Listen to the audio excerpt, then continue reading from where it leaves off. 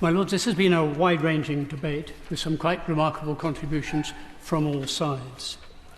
For my part, I intend to confine my remarks to a single topic, sadly, one that this House is rather reluctant to address, namely the sheer scale of current net migration and its very serious implications for the future of our country. The present government have deliberately permitted immigration to increase, despite all their promises to the contrary. They are meanwhile seeking to divert public discussion to cross-channel asylum seekers, a problem which they know also infuriates the public. But the fact is, my Lords, that legal immigration is about 8 or 10 times the scale of this illegal immigration, and it's now reached a scale, that is to say, the legal immigration has reached a scale where it carries very serious risks for the future tranquility of our society. My Lords, all population growth now arises from immigration, which since 1995 has accounted for nearly 2/3 of additional households.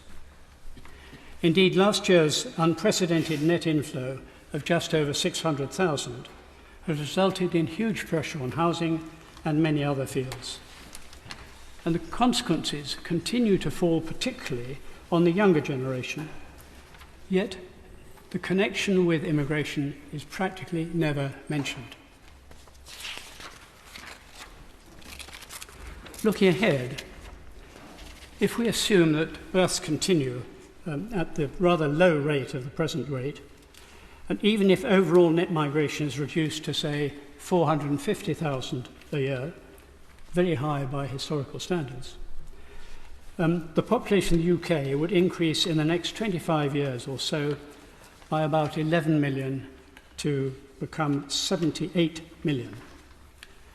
That would be the equivalent, on reasonable expectations, the equivalent of building nearly 10 cities the size of our second largest city, Birmingham.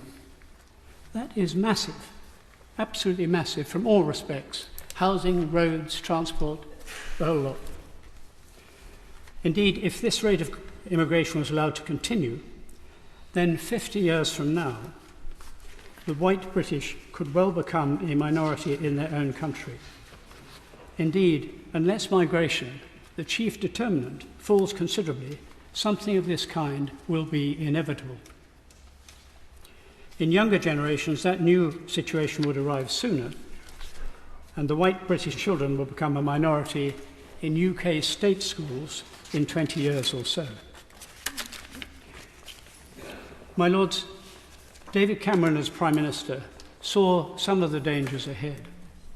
In 2010, he said, quote, "We cannot continue to permit vast numbers of people to come to the UK and tell them that they do not need to integrate, but can maintain certain values and ideas that are at odds with British values," unquote. He was exactly right.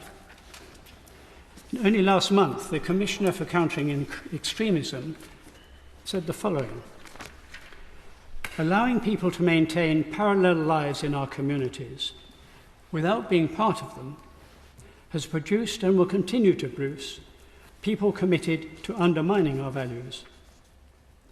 The hatred that we have witnessed in recent days is not only a cause for alarm in the Jewish community, it must be a wake-up call for all decent people."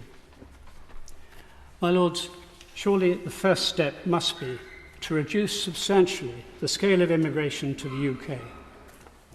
Nothing else will persuade the public that migration is being brought under control, that the very serious pressure on housing and on so many other areas will be reduced, and that they will not find themselves living in an unfamiliar country.